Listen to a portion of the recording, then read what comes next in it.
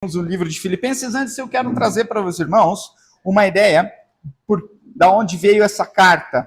Essa carta, ela foi escrita por Paulo. Paulo mesmo disse, eu vos escrevo essa carta. É uma das poucas cartas em que não há nenhuma contradição acerca do autor. A igreja primitiva, ela já aceita Paulo como o autor. E ela foi escrita quando Paulo estava na prisão. E Paulo esteve 3 vezes na prisão. Dentre as prisões mais prováveis, a provável prisão que ele estava em Roma. Isso é cerca de 60 a 62 depois de Cristo, quando ele escreve essa carta.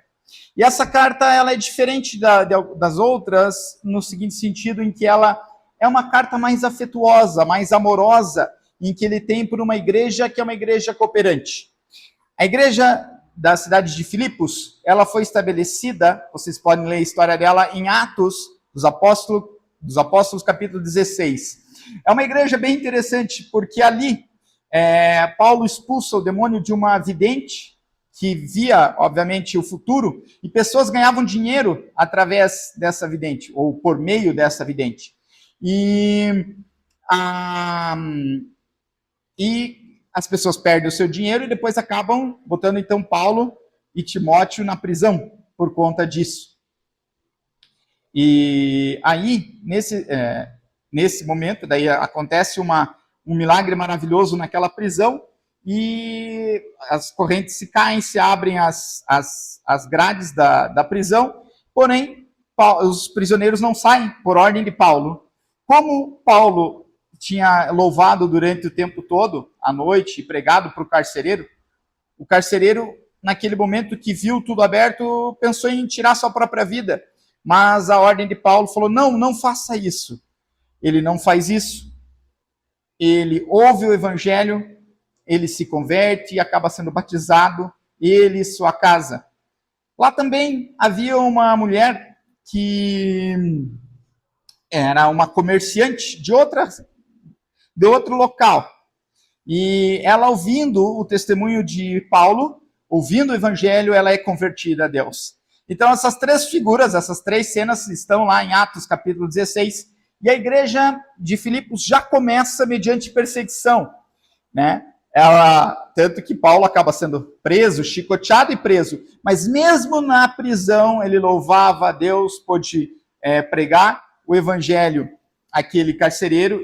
E aí o carcereiro acaba, então, junto com a mulher de Listra, fundando a igreja de Filipos. Lembrando que antes de Paulo estar ali, ele tem uma visão de um homem macedônio pedindo misericórdia, que ele viesse à Europa, então, ensinar o evangelho. E Paulo entende isso como voz de Deus e segue a essa região. Aí acontecem esses 3 eventos, como eu falei para vocês. Logo, é a primeira igreja localizada na Europa, a igreja de Filipos. E ela é uma igreja que, como a gente vai ver aqui nas características, ela fica num lugar especial. Aquela cidade de Filipos, ela é uma cidade que recebe como uma chancela de cidade romana, em que os cidadãos de lá são também considerados cidadãos romanos. Ela é composta basicamente de gentios gregos e romanos e soldados aposentados. Eu acho que é a mesma coisa que acontece aqui em Pomerode. Tem muita gente que se aposenta lá na Alemanha, daí ganha em euro, vem gastar aqui, né? Vem morar aqui em Pomerode porque é mais barato. Então a mesma coisa, ganhava lá na dracma romana e acabava indo gastar lá em Filipos porque era mais barato. Então lá também tinha, vamos dizer assim, esses soldados reformados, essas pessoas de Roma. Roma era muito presente, se não com os cidadãos, mas com a cultura romana. Era uma cidade cujo deus era o imperador, além dos deuses pagãos gregos, é verdade, os deuses pagãos romanos, mas o imperador como deus. Tá? Ela é chamada de Filipos em homenagem a Felipe. Quem é Felipe? O pai do Alexandre, que é Alexandre o Grande. Então, por isso ela é Filipos, né? E mais ou menos, ela foi conquistada pelo pai de Alexandre, né? E por isso daí acaba recebendo o seu nome. E ela é uma cidade bem organizada, limpa, rica, pelo que diz o relato histórico. E quando a gente vê ela na geografia, ela não era uma cidade, talvez, na área muito grande, mas ela ficava em um local especial que... aí teria que ver o mapa para poder definir bem certinho para vocês, mas que é ali vamos dizer assim, na viagem de Paulo, ele estaria entrando na Europa. Agora eu vou trazer o mapa na próxima vez que vier para vocês entenderem bem certinho, bem bonitinho, aonde era a cidade de Filipos. E nesse contexto de romanos reformados, reformados não pela reforma, reformados no sentido de retirados, de aposentados, cidadãos gregos com cidadania romana, e mistura de um comércio pujante, pessoas então de vários lugares. Essa era a cidade de Filipos, aonde a igreja começa a existir por meio aqui da segunda viagem missionária de Paulo, que a gente lê em Atos capítulo 16. Anota para ler em casa e vocês vão rir, chorar e orar com essas passagens, certo? Irmãos, só para dizer, o nome da mulher era Lídia, tá? Eu acabei me recordando. Então, Lídia, que foi a mulher que se converteu ali.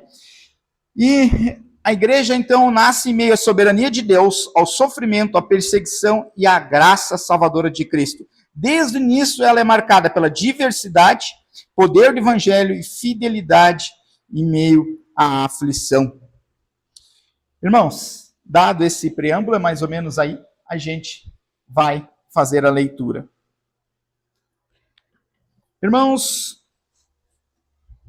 o tema principal, antes de nós irmos à leitura, que só para dar um traço, é a alegria cristã. Eu vou dizer para vocês que hoje vou pregar sobre um tema que me faz sair de casa, que me faz vir ao culto, me faz evangelizar, que é a perseverança dos santos, que é a promessa que Deus dá, que todo aquele que é convertido vai terminar, que é realmente convertido, vai terminar a vida salvo. Deus é fiel para sustentar a boa obra que ele mesmo começou. Por que eu digo que é o que me faz sair de casa? Porque eu não pregaria um evangelho, uma salvação que eu poderia perder. Ou que eu mesmo... E a salvação, ela não vem porque eu a conquistei. Ela foi conquistada por mim. Porque se fosse eu conquistando, eu poderia perdê-la. E o fato de Deus ter essa promessa é o que me faz vir à igreja, que me movimenta no evangelismo. Qual? A que ele é o soberano sobre a nossa salvação. Porque como eu pregaria algo que é relativo, que eu poderia perder, que hoje tem, amanhã não? Como seria a mesma coisa que eu brigasse por um time de futebol, que hoje está na Série A, amanhã pode estar na Série B ou na Série C. E por diante, quem pensa, os mais velhos viram o Guarani. Guarani foi campeão brasileiro de Zenon e tal. Hoje o Guarani, acho que nem sei se existe. A Portuguesa, estou dizendo isso que é um contexto brasileiro. Eu não conseguiria pregar algo que fosse relativo, que não fosse absoluto.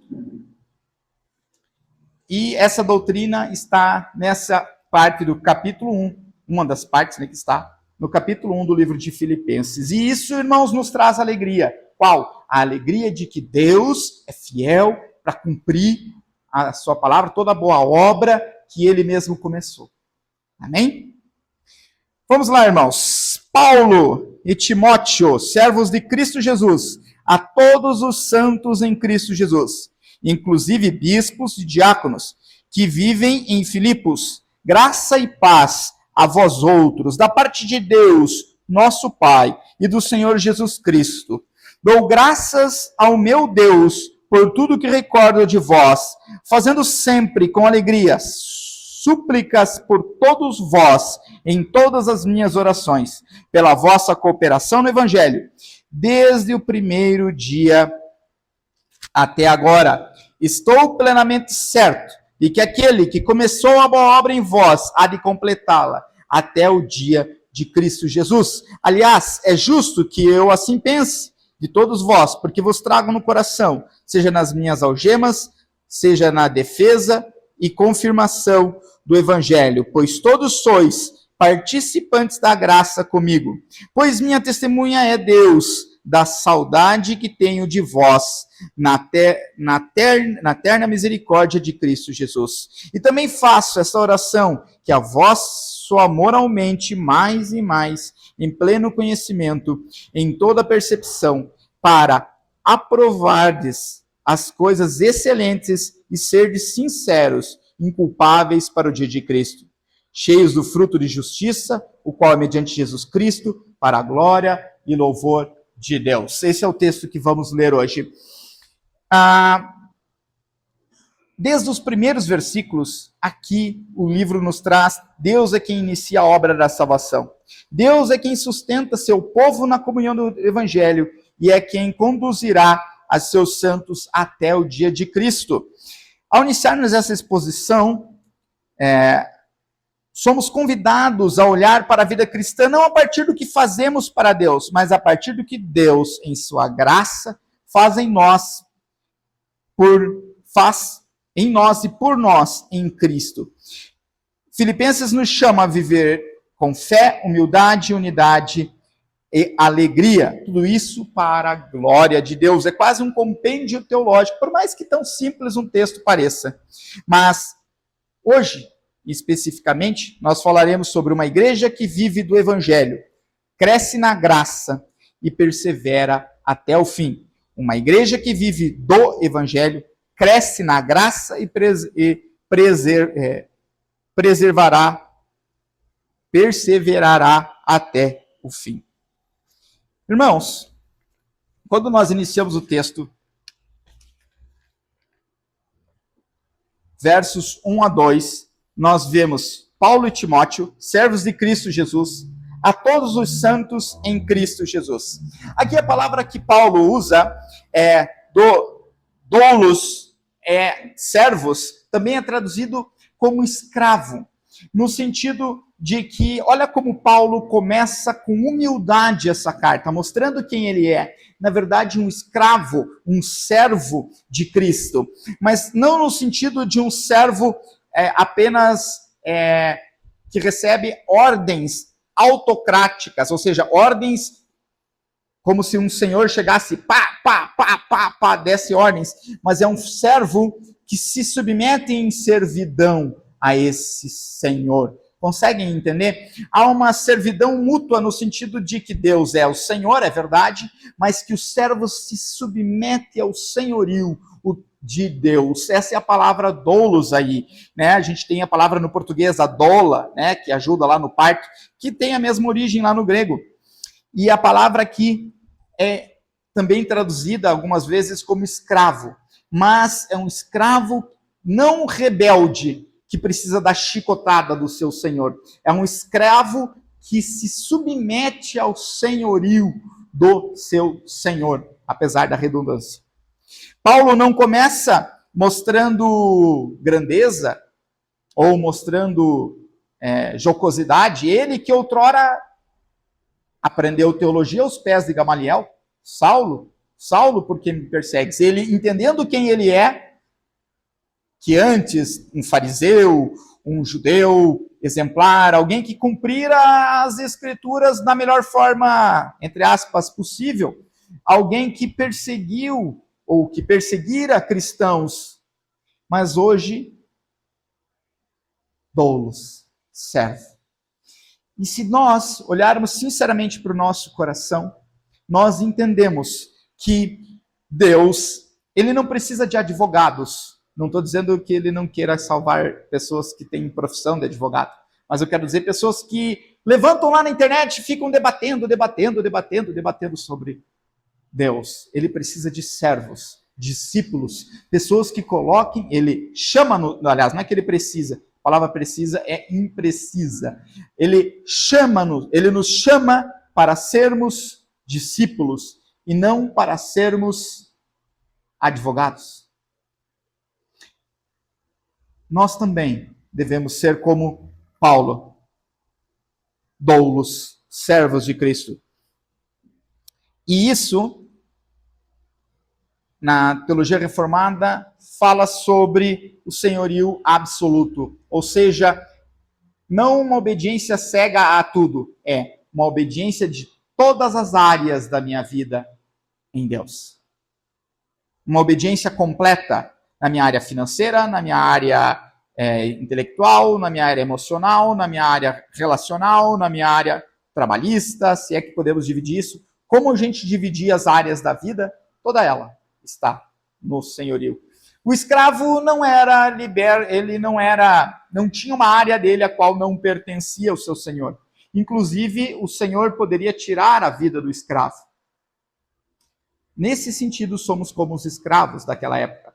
Não há parte da nossa vida que não esteja sobre o senhorio de Cristo. Amém? Santos em Cristo Jesus. A palavra ali não são santos como uma elite espiritual, nem mas uma posição nos dada por graça. Qual? A posição de salvo, de separado do mundo. Essa é a posição do cristão. O cristão, ele é santo não porque ele é perfeito, como como o catolicismo aponta. Ele é santo porque Cristo o santificou, o separou, o retirou deste mundo no sentido ético, moral, ao mesmo tempo dele estar nesse mundo, ele não fazer parte deste mundo. Então é por isso que ele diz ali, aos santos, eram os que foram salvos, são os chamados, separados em Cristo. Olha só, já fala, o próprio verso nos diz assim, aos santos em Cristo. Olha que o que nos faz santo, o que nos separa, o que nos traz ou nos leva para fora deste mundo é a união com Cristo. É em Cristo. Porque sozinho, irmãos, nós não somos santos. Nós somos santos porque aquele que nos santificou habita em nós pelo Espírito Santo, que é o Espírito Santo, habita em nosso coração. E nós somos santos porque vivemos em união com Cristo. Santidade leva à união com Cristo. A santidade e a separação do cristão, ela tem um endereço. Tira do mundo. Para quê? Para entregar aos braços de Cristo. Amém? Então, por isso que aqui um texto tão pequeno parece despercebido, né? Os santos em Cristo. É isso que ele está querendo dizer. E isso, de certa forma, mas irmãos, André, será que você não está viajando? Não, será que você não está indo muito mais profundo? Não, é isso que o texto quis dizer. A palavra aqui, em Cristo, significa justamente isso. Aqueles que estão unidos em Cristo. Né? Aos bispos e diáconos, eu sempre vou trazer isso aqui até para vocês entenderem. Ali mostra uma igreja que já era organizada. O bispo, o episcopos, né? Que é a mesma palavra que presbíteros, olha só que legal, hein? Fica uma grande lição. Essas duas palavras, liderança, né, que vão falar sobre liderança, epi é alguém que está em cima, né? Vocês já viram isso na língua portuguesa. Escopo é a escopo de visão, é a visão. Então, episcopo, o bispo, aquele que enxerga por cima, é o que coordena. A palavra sempre está no plural, episcopos. E presbíteros, por quê? Mostrando desde cedo que a igreja ela não pode ser monocrática. Não existe uma igreja que só tem alguém que mande. Se você, alguém que está vendo o vídeo, faz parte de uma igreja em que tenha uma pessoa que manda, saia fora. É uma igreja autoritária. E nós não vamos aceitar, sob hipótese alguma, uma igreja que tenha apenas uma pessoa que mande. Nós vivemos, por isso que existe a Assembleia. Para isso que a opinião de todos nós, cristãos, vale.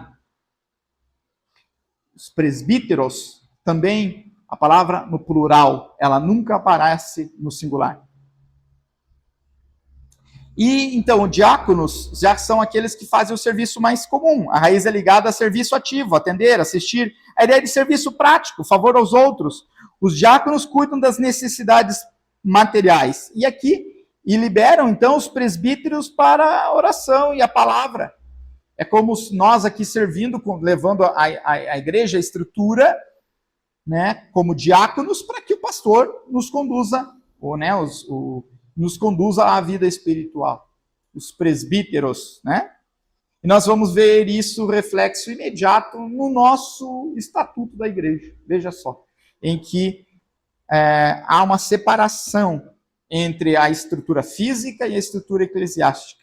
Né? O presidente e o pastor são pessoas distintas, até para que haja mais pessoas na liderança e não uma mesma pessoa liderando tudo, porque isso não é bíblico. Graça e paz. A graça é a origem da salvação. A graça é favor imerecido, a gente já sabe. É advinda de Deus, conquistada por Cristo e aplicada pelo Espírito Santo. Paz é o fruto da graça aplicada. Irmãos, você sabe o que me chama a atenção? Quando nós estamos aqui no culto e nós lembramos de todo aquilo que Deus fez por nós, isso tem que nos gerar paz. Nos gera angústia por ver o mundo caído, mas tem que nos gerar paz, no sentido de que Deus nos salvou, nos justificou, isso é uma obra completa, que não há necessidade de mais nada para ser completada, pois ela é completa. Logo, isso nos dá paz. Sabe o shalom que o judeu tanto procura? Sabe o Shabá que eles falam, que é a paz, o descanso? Isso se cumpre em Cristo. Por isso, graça e paz. Graça é o meio como Deus nos salvou. Paz é um fruto da salvação. Então, graça e paz. Ordem teológica correta. Graça precede a paz. Nunca o contrário. Nunca o contrário. Porque a graça é que nos salvou. Mediante a graça, Deus nos salvou. E lendo agora, irmãos, versos de 3 a 6. Dou graças ao meu Deus por tudo o que recordo de vós, fazendo sempre com alegria súplicas por todos vós, em todas as minhas orações, pela vossa cooperação no Evangelho, desde o primeiro dia até agora. Estou plenamente certo que aquele que começou a boa obra em vós há de completá-la até o dia de Cristo Jesus. A palavra aqui, dou graças pela cooperação, graças vocês já viram, né? E nesse caso é agradecimento também. A palavra cooperação aqui nós ouvimos do Maurício, é a palavra koinonia, que nós lemos em Atos 2. Essa comunhão, mas não é uma comunhão tão somente de partir o pão, ou uma comunhão tão somente de estar junto, mas uma comunhão cooperativa, em que as tuas dores são as minhas dores, as tuas alegrias são as minhas alegrias. E nós cooperamos para que o reino de Deus cresça, para que o evangelho seja pregado. Conseguiram entender? A igreja saudável participa, vive conforme o evangelho e não apenas o consome. Não é alguém que apenas vem, fica sentado e vai embora, fica sentado, vai embora, fica sentado, vai embora. Esse não faz parte da igreja, porque a igreja ela requer importar-se com o outro. Quando eu fiquei sabendo que a irmã estava internada, nós dobramos imediatamente os nossos joelhos e fomos orar, irmã. As dores de cada um de vocês tem que ser a dor um do outro. As vitórias também. Então, irmãos, a igreja, a koinonia, a cooperação, ela é a aplicação prática na vida do cristão, do amor de Cristo na igreja. Conseguem entender? Nunca algo parado. Sempre amor na prática. Cristo não é um Cristo pregado no madeiro. O amor de Cristo é um amor na prática. Não existe eu amo em ações, eu amo não somente em palavras, eu amo não somente no meu coração, eu amo na minha palavra, no meu coração, na minha mão, no meu pé, no meu nariz, na minha boca, todo o meu ser ama e ama um ao outro. E por isso ele dava graças, porque lá era uma igreja assim como nós estávamos experimentando aqui antes do culto, em que as pessoas se amavam, que as pessoas queriam estar juntos, em que a gente já reconhece a voz do irmão. Ah, tá vindo tal irmão só pela voz. Melhor pela voz do que pelo cheiro, né? Certo? Mas essa é a palavra. Irmãos, que nós nos amemos assim. Que Deus dê, que seja dado graça pela nossa comunhão, pela nossa koinonia. Amém, irmãos? A igreja saudável participa conforme o evangelho. Ela não é somente um consumidor, como eu falei para vocês. A igreja não é uma Netflix. É como se todos nós fôssemos colocados para atuarmos juntos. Não atuarmos porque não é no sentido de usar máscaras, mas é como se nós fôssemos participantes. E não somente assistindo um filme, nós participamos dele. Entendeu? Filipenses 1:6 é o eixo reformado do texto. É o eixo da doutrina, e aqui eu quero trazer um pouco mais, irmãos. Muito obrigado, minha irmã. A senhora sabe que eu suo mais que tampa de panela de cuscuz, né? Então, obrigado. Muito obrigado. E eu sempre vendo o lenço no final. Irmãos, e aqui eu quero me debruçar um pouco mais nesse texto, porque esse texto, assim, ele é um texto formador teológico muito importante, que serve para nós. Esse texto é uma pílula que nós temos que tomar todos os dias. Tomar a dose dupla no dia da ansiedade, no dia da dúvida, no dia do desespero. É um remédio que nós temos que tomar. Este versículo que nos diz: estou plenamente certo que aquele que começou a boa obra em vós há de completá-la até o dia de Cristo. Ergon egaton, boa obra. Essa expressão não se refere a obras morais isoladas, nem à cooperação missionária. Essa boa obra, que Deus começou a boa obra, né? Estou bem certo que aquele que começou a boa obra, ela está falando sobre a salvação. Esse ergon egaton significa a eleição, o chamado, a regeneração, a justificação, a santificação, a glorificação. Óbvio, esses são os nomes que nós colocamos. Isso é a Ordo Salutis, né? A ordem da salvação. E que não é nisso. Deus não tem um livro de teologia, não é essa a ideia. Mas é o que Deus, o conjunto de obra salvífica de Deus. Ele começa por Deus e termina por Deus. A palavra agaton, boa, aqui significa o que procede de Deus, para a glória de Deus. Então aquilo, irmão, irmã, que o dia que Deus te chamou, o dia que Deus resgatou teu coração, tirou a escama dos teus olhos, assim como nós sabemos que foi Ele quem assim o fez, nós respondemos com a fé, é verdade, mas Ele quem começou essa boa obra, Ele que desacortinou os nossos olhos, Ele também continuará a manter até o dia final. Há de completá-la, epitelesei, é um futuro no indicativo, ele vai cumprir, significa levar à plena realização, concluir com perfeição. Deus não abandona obras iniciadas. Deus não é Andrade Gutierrez, Deus não é as empreiteiras que nós conhecemos, que largam as obras no meio do caminho. Não. Deus é alguém que inicia e termina. A palavra epitelesei significa que vai até o fim, que termina quando acaba. Sabe, o jogo só termina quando acaba. Deus só termina a boa obra quando acaba. Quando Ele te chamar, irmão. No dia que Ele te chamar. O futuro, diz aí, Deus não abandona esse futuro ativo, indicativo. Deus não abandona obras acabadas. O futuro indica certeza e não uma possibilidade. Irmãos, se vocês encaram a salvação como uma possibilidade, falta Bíblia e oração.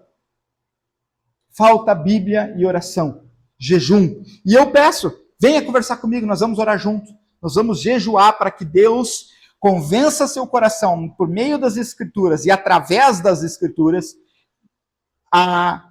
que você não tem a possibilidade de ser salvo. Você foi salvo. Essa é a pílula que nós temos que tomar no dia da ansiedade, no dia da angústia, no dia da tribulação, no dia da dúvida, porque foi Deus quem fez e Deus quem vai concluir. Se dependesse de mim, não aconteceria. E aqui, irmãos, me peço desculpa o termo, mas é acri emeras Jesus Christus, até ao dia de Cristo. Essa expressão é uma expressão escatológica, que fala no final dos tempos. Ele refere-se ao juízo final, à glorificação plena dos santos, à parousia. O que é a parousia? É a sensação, o sentimento que os irmãos têm, aquela esperança da segunda vinda de Cristo. É a parousia, ao juízo final, à glorificação. Então, olha só o que Deus está dizendo. Eu vou mantê-los, porque eu comecei a boa obra, e eu vou levar essa obra e vou cumprir até o dia que acri emeras Jesus Cristo, até o dia de Cristo. A salvação ela é uma direção escatológica, ela caminha para um fim glorioso. Deus inicia a salvação. A salvação ela é monergista, é Deus quem salva. Deus sustenta o processo e Deus conclui a boa obra. Vocês conseguiram entender? E quão profundo isso é? Irmãos, isso significa, mas André, e aqueles que fugiram da fé? Aqueles que abnegaram a fé? Aqueles que apostataram da fé? Primeiro, irmãos, se eles foram realmente salvos, eles vão voltar para a fé. Ponto. E se eles não forem salvos, eles apenas estavam no meio da igreja. É muito abençoador andar na igreja. E se sabe, irmãos, que isso é uma tentação que todos nós passamos. É gostoso estar aqui, ao mesmo tempo que é desafiador, porque nós temos as coisas materiais lá fora, mas é gostoso estar aqui. Sabe por quê? Porque aqui, na teoria, um irmão não vai passar o outro irmão para trás, porque não vai mentir. Aqui é gostoso, porque se eu ligar às 3 horas da manhã para o Maurício, eu estou aflito, eu preciso ir orar com você, ele vai me receber, e vice-versa. Se a irmã me ligar, André, eu preciso da tua ajuda, porque eu preciso de oração, eu vou lá. Irmãos, nós nos amamos. O dia que preciso que cuido do meu filho porque eu vou fazer um exame, a gente está lá. Quem está com 3 mais 1, 4, enfim, mais fácil a gente pedir também, né? Mas o que eu quero dizer, irmãos, é gostoso estar aqui. A gente experimenta a bênção do amor, a bênção do perdão. Aqui a gente ora, canta, ok? Mas estar aqui, corpo presente, não significa que nem todo mundo que está na igreja significa que é de Cristo. Como assim? Tem uma palavra que diz, não dizemos por aí, Senhor, Senhor, em teu nome nós expulsamos demônios, nós fizemos milagres. E Jesus responde, aparta-te de mim, pois não vos conheço. Vós que praticais a iniquidade. Irmãos, se você tem o desejo, eu não estou dizendo que você acerte sempre, mas se você tem o desejo de viver para a glória de Deus, bem-vindo, você é salvo e você não perde a salvação. E aí, irmãos, aqueles que experimentaram um pouco disso e se entregaram para o mundo foram aqueles que não foram salvos. Como assim? Vocês lembram da parábola da semente? Jesus joga sementes, algumas caem. Aliás, o sementeiro, né, joga as sementes, elas caem no meio do caminho, vêm os pássaros e comem. Outras são jogadas, até dão um pouquinho de fruto ali, mas as raízes do mundo, as aflições do mundo vêm e destroem. Mas aquela que deu fruto genuíno, aquela terra que deu fruto, ela é a semente que caiu em boa terra, aquela que deu fruto, ela não abandona mais. Então, irmãos, por incrível que pareça, algumas pessoas podem até simular frutos do Espírito, e perder a fé. Mas um crente genuíno não é capaz de morrer fora da fé. Nossa, como assim, André? Sim, porque é isso que a Bíblia diz. E é por isso que eu posso vir até aqui. Porque se dependesse de mim, sinceramente, irmãos, talvez eu já teria perdido aquilo que Deus conquistou para mim. Mas não depende de mim, depende de Deus. E isso nos dá segurança. Entendam, esse é o remédio, tarja preta de Deus.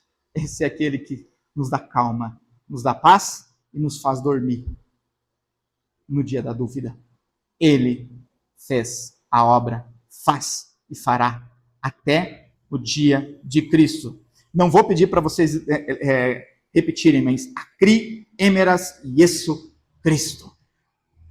Até o dia de Cristo. Amém? Segurança da salvação não é baseada no crente, mas na fidelidade de Deus. A perseverança dos santos, é o nome dessa doutrina, a perseverança dos santos. Os santos vão perseverar. Vocês lembram lá da tulipa, né, de cada uma das letras tulip, né? São as doutrinas da graça, a depravação total do ser humano, tá? Tem a dupla predestinação, tudo lá. E uma delas, o P, era a perseverança dos santos. Ela é uma promessa de Deus. Assim como Deus prometeu que mandaria seu filho para resgatar a humanidade, e ele o fez, ele promete: se você é crente, eu vou te sustentar até o dia final. Só que olha o que esse texto não nos ensina, e aí a gente tem que entender. Não nos ensina que seremos perfeitos nessa vida. Não. Felizmente não. Também não ensina que a salvação ela ocorre de maneira automática, no sentido de, esse é salvo, esse não é, esse é salvo, esse não é. Não, existiu um método, uma forma, que foi a morte vicária de Cristo, e que isso é lançado para as pessoas através da pregação da palavra, e as pessoas respondem com a fé. Existe um método, um meio. E olha só que interessante, irmãos. Por mais que Deus é quem vai nos sustentar, não elimina a nossa responsabilidade em buscar cada vez mais santidade. É como se Deus prometesse o canal, vamos dizer assim, o final, mas a intensidade da nossa vida de santidade fosse uma cooperação do ser humano. O ser humano, sim, tem que se esforçar lendo a Bíblia, orando, amando, pedindo perdão, cumprindo aquilo que Deus ordena. Porém, isso não é isso que vai tirá-lo ou não do trilho, mas a intensidade da santificação, vamos dizer assim, ela é uma cooperação humana. Mas Deus promete o porto no dia final. Eu sei em quem tenho crido, estou bem certo que é poderoso. Os irmãos que vieram da Assembleia, para guardar o meu tesouro até o dia final. Isso. Desculpem, agora podem destapar os ouvidos. E olha, não apoia a vida cristã negligente. Esse texto não está dizendo, opa, agora nós vamos viver a vida de qualquer forma. Não, porque esse é um pensamento de quem não conheceu Cristo. É como se nós quiséssemos colocar naquele não cristão a certeza da salvação. Não. O cristão, ele já decidiu, ele já entendeu que Deus já libertou a mente dele para que ele não viva para o mundo e viva para Cristo. Isso é a conversão, vocês bem sabem disso. Logo, é impossível um cristão querer viver uma vida degenerada. Aquele que vive uma vida de qualquer jeito, vou adulterar, vou roubar, vou mentir, esse não é crente por definição. Logo, esse não tem a segurança da salvação porque ele nunca foi salvo. Irmãos, se você tem o desejo de agradar a Deus, mesmo não conseguindo, se Deus colocou isso no teu coração, se você entende que você mereceu o inferno e que Jesus te salvou e que você ardentemente busca as coisas de Deus, porém sabe que às vezes pode cair e Deus está aí para te perdoar, você é o salvo. Aquele que vive uma vida liberal não conheceu a Cristo Jesus. Esse é aqueles que a Bíblia diz: aparta-te de mim, não vos conheci, vós que praticais a iniquidade. Olha como tudo fecha. Não é um ensaio teológico, aqui não há um filósofo, mais outro filósofo, mais outro filósofo. Não estou falando de, sei lá, de Agostinho de Hipona, de Clemente de Alexandria, eu não estou falando dessas coisas, eu estou falando das Escrituras. E tudo faz sentido. Ensina esse texto, então, ele não ensina um perfeccionismo nessa vida, não ensina a salvação automática sem meios, não elimina a responsabilidade humana na santificação, não apoia uma vida negligente, mas ele ensina a segurança com seriedade e não uma segurança com licença para pecar. Nós não ganhamos a licença para pecar. Nós ganhamos a licença de ficarmos sem o poder do pecado nas nossas vidas. Nós ganhamos a licença de sermos servos de Deus. Não mais servos do mundo, nem do pecado. 7 e 8, mostrando ali o verso de 7 e 8. Aliás, é justo que eu pense assim de vós, porque vos trago do coração, seja nas minhas algemas, seja na defesa e em confirmação do evangelho, pois todos sois praticantes da graça comigo. Olha só, afeição pastoral e comunhão profunda. Isso é uma marca dessa carta. Paulo fala de forma muito amorosa com esses irmãos.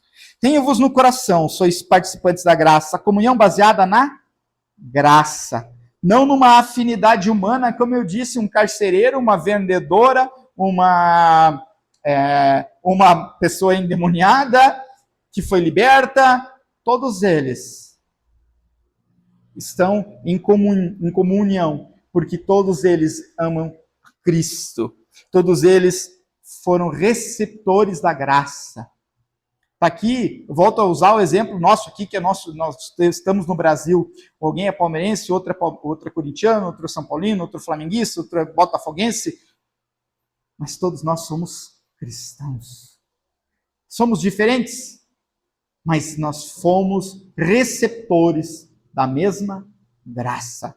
E por isso, ali o que o Paulo diz, a comunhão baseada na graça, e não numa afinidade humana. Olha, eu fico feliz que tenha irmãos que gostam de coisas que eu praticamente não suporto.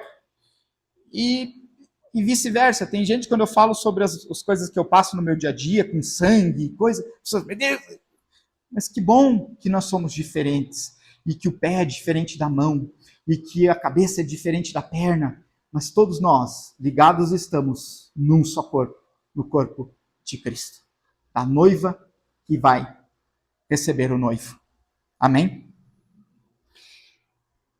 Olha só, Filipenses, então, versos de 9 a 11, termina o texto, e também faço esta oração, que o vosso amor aumente mais e mais, em pleno conhecimento e toda a percepção, para aprovardes as coisas excelentes e serdes sinceros, inculpáveis para o dia de Cristo, cheio do fruto de justiça, a qual é mediante Jesus Cristo, para a glória e louvor de Deus. Veja, a oração aqui no final, né, desse texto mostra que o amor é regulado pela verdade, que o vosso amor aumente mais e mais, em pleno conhecimento, em toda percepção. Amor sem verdade, a verdade que é Cristo, lembra, eu sou o caminho, a verdade, a palavra no grego, aletheia, a verdade.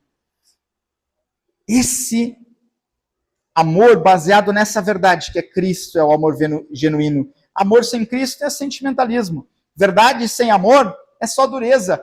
De nada adianta eu dizer que você vai para o inferno. Isso é só mostrar para ele o seu destino final. Mas Deus não deixou o mundo com essa verdade tão somente. Ele deu a verdade da salvação, que resgata esse pecador que está condenado ao inferno. Vou dizer uma coisa para vocês, existe sempre uma discussão, irmãos, na medicina, se nós devemos dar diagnósticos de coisas que não têm cura. Existe uma doença chamada doença de Huntington, em que as pessoas vão morrer lá com uns 40 anos, 30, 40 anos, tá? E ela tem como ser diagnosticada por um exame de DNA. A pergunta é, faço ou não faço o exame? Porque se tiver lá, a pessoa vai morrer com 30, 40 anos. Ela tem cura a doença? Não. Então, se na medicina nós temos a dúvida de apontar uma doença que não tem cura, nós cristãos, quando falamos da doença, nós temos que falar da cura. Irmãos, nós somos pecadores, mas Cristo nos libertou. Amém? Cristo nos curou.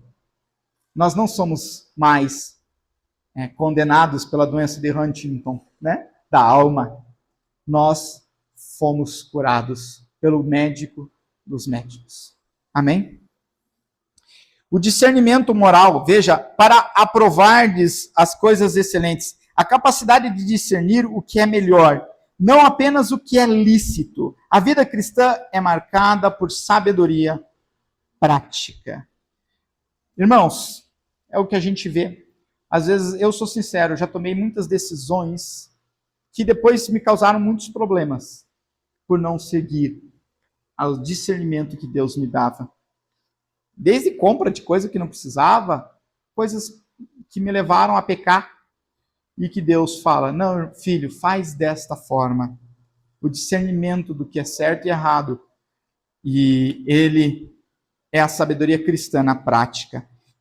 E olha só, para ser sinceros e inculpáveis para o dia de Cristo, a vida cristã é vivida na luz, ou à luz, na luz e à luz do juízo final. Lembrando que um dia estaremos diante de Deus. Santificação tem um horizonte escatológico, tem um horizonte do final dos tempos.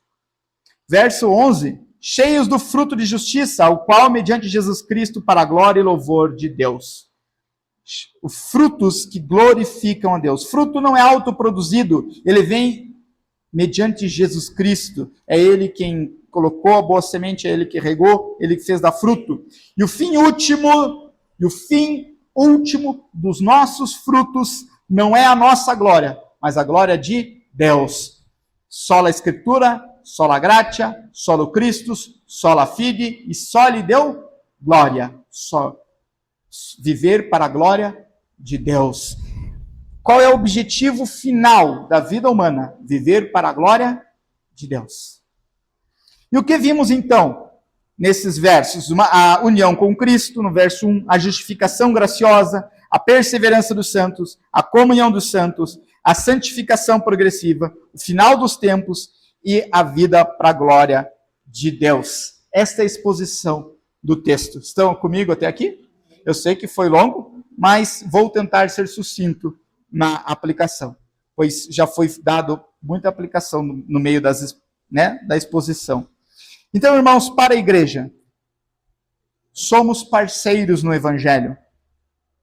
Somos parceiros que vivemos com a vida modificada pelo Evangelho. Nós não vivemos o Evangelho. O Evangelho é uma história, nos foi apresentada, mas nós vivemos conforme esse Evangelho.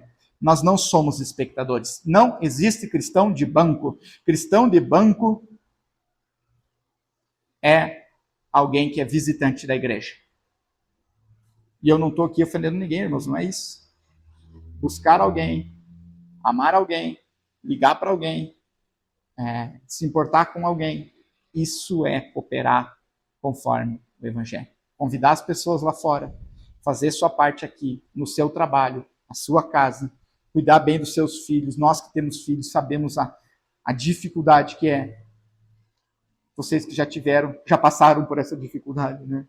Irmãos que estão aí com filho adolescente, final da adolescência. Irmãos, tudo isso fazer para a glória de Deus. E não vir aqui apenas para só viver um Netflix. Até porque o cara que canta lá na Netflix é melhor do que eu. O cara que... Então vocês lá vão ter um agrado à carne melhor do que aqui. Mas, irmãos, aqui está o poder que cura a carne, a alma, o espírito. E eu não divido alma e espírito, tá? Sou dicotomista, já falei para vocês. Mas, abraçando a todos, aqui nós temos cura para a carne, a alma e para o espírito. Amém? Para o crente individual, sua salvação não depende da sua constância, mas da sua fidelidade. Da fidelidade, de Deus, em manter a sua fidelidade a Deus. Porque Deus prometeu que Ele vai cumprir a boa obra que Ele começou. Crescimento espiritual envolve amor, verdade, discernimento.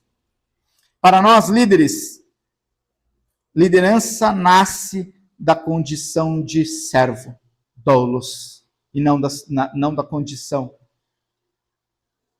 de alguém pedante, alguém arrogante ou alguém vil.